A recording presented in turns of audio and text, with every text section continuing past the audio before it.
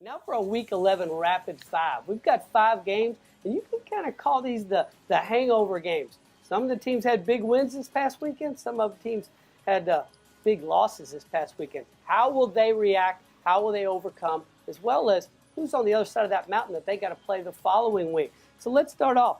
Mississippi State, number 16, is going to Tuscaloosa to play number 1 Alabama.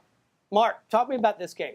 Well, if you're Nick Saban and you've got Tua Tagovailoa as the quarterback and Jalen Hurts as quarterback, they're both nicked up in this game. You want to keep them healthy. You're probably going to go with your running game. It's going to be a lower scoring game early in this football game because you want to keep your players healthy. Mississippi State's one-dimensional. If you stop Nick Fitzgerald, you stop this Mississippi State team. Alabama will put points on the board defensively and special teams-wise. They'll score on each of those in this game. They'll still win it comfortably, but not by as much as people think. It'll be 44-26. Mississippi State will put some points on the board. This is going to be the most difficult challenge that Alabama's had the entire year. And if the game was down in Starkville, it would be a lot different.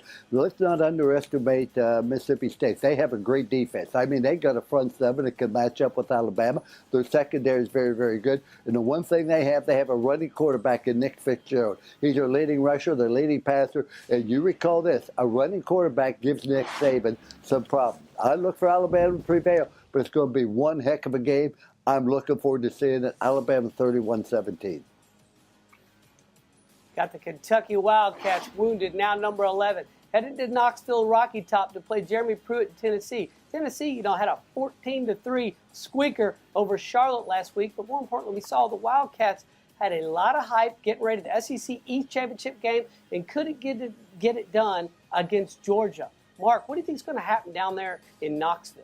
Well, Kentucky wasn't ready for prime time last week. I think their defense will play a lot better this week than they did last week. Tennessee will not rush the ball for over 300 yards like Georgia did. Kentucky will get it done. And I think Terry Wilson's got some confidence in the passing game. I keep going back to that. 3 weeks ago, he had 3 completions of 9 attempts for 18 yards. The last 2 games, he's thrown for over 200 yards. Let him throw the football when he has to throw the football. Kentucky will bounce back. There's a lot to play for to go to 10-2 for a Kentucky team. They're going to win it 26-17 at Tennessee.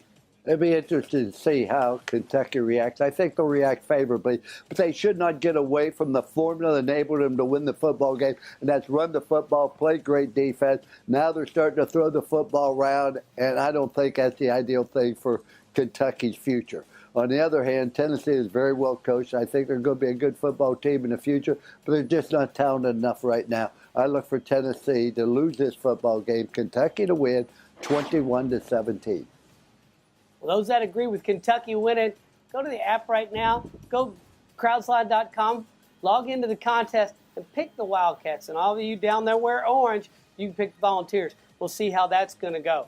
But our third game in our Rapid 5, number 24 Auburn is headed to Athens against number 5 Georgia, who the opposite side of the curtain from Kentucky, they won that big game in Lexington. They're running the ball, and Auburn's 6-3. Auburn wasn't expected to be 6-3 at this time of the year. There's a lot of grumbling down there on the plains, but, there's always grumbling on the plains.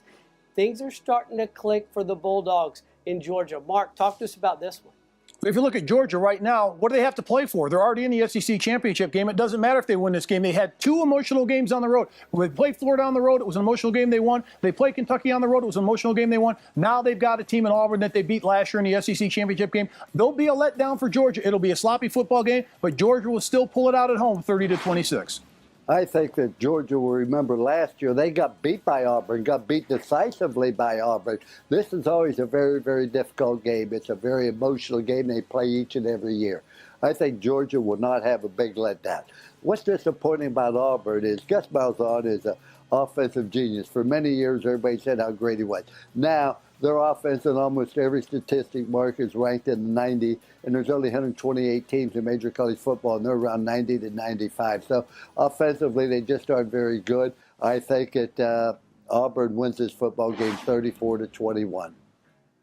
Well, I see they're playing for different things, but don't forget with Georgia, they got to keep winning because if they beat Alabama in the SEC championship game, you know what? They get in the playoff. If they lose this one, they're still not going to take a 2-loss SEC champion in the playoff. I don't see that happening. So that's going to take us to Friday night lights in Boise, Idaho on the Smurf turf, blue turf. It's cold, and I'll tell you what, I sure heard, excuse me, I have heard they know how to party in Boise, Idaho. So Fresno State, 8-1, leading the Mountain West. They're going out there to take on these Broncos. We're going to see what's going to happen. Mark, what do you think about this right now? For the group of five, they're challenging. Fresno State saying, hey, UCF, I keep hearing it, don't forget us. Mark, what do you think? Jeff Tedford's done a terrific job at Fresno State this year. Obviously, they're 8-1 this year. Their defense has been outstanding this year. But there's one thing they haven't been able to do is beat Boise at Boise. Boise is tough at home. If you look at Brett Rippon, he's done a terrific job throwing the football all season long throughout his career on the blue turf, the Smurf turf, going to Boise. It's going to be a great night. Boise State's going to hang on to win it, but it's going to be a close one, 24-20.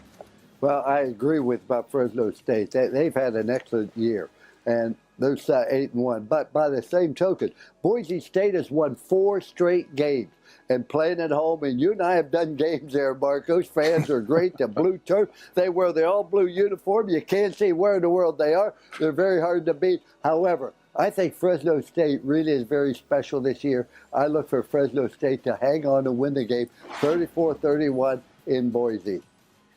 Well, those in the Valley, log into thecrowdsign.com and pick a Fresno State to beat Boise on that Friday night. And what I'm really excited about, though, is Saturday in Orlando. Well, as we all know, Saturday's the 243rd birthday of our beloved United States Marine Corps.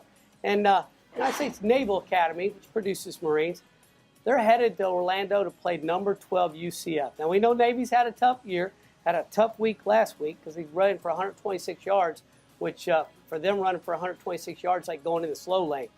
So they're playing 9-0 UCF. Mark, what do you think about this?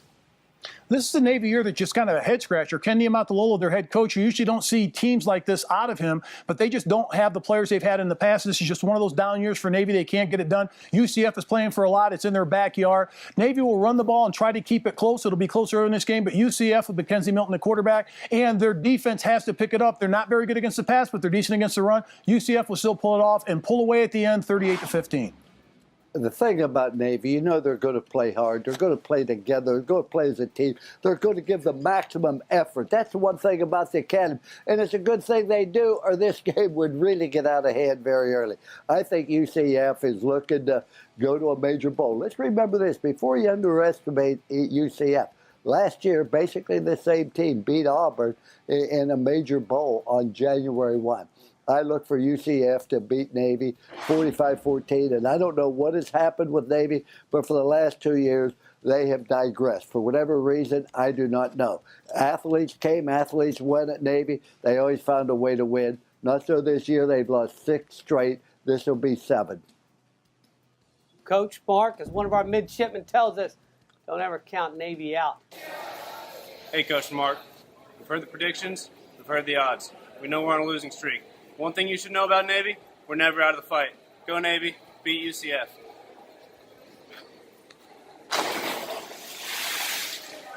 We'll see how this is going to go on 10 November.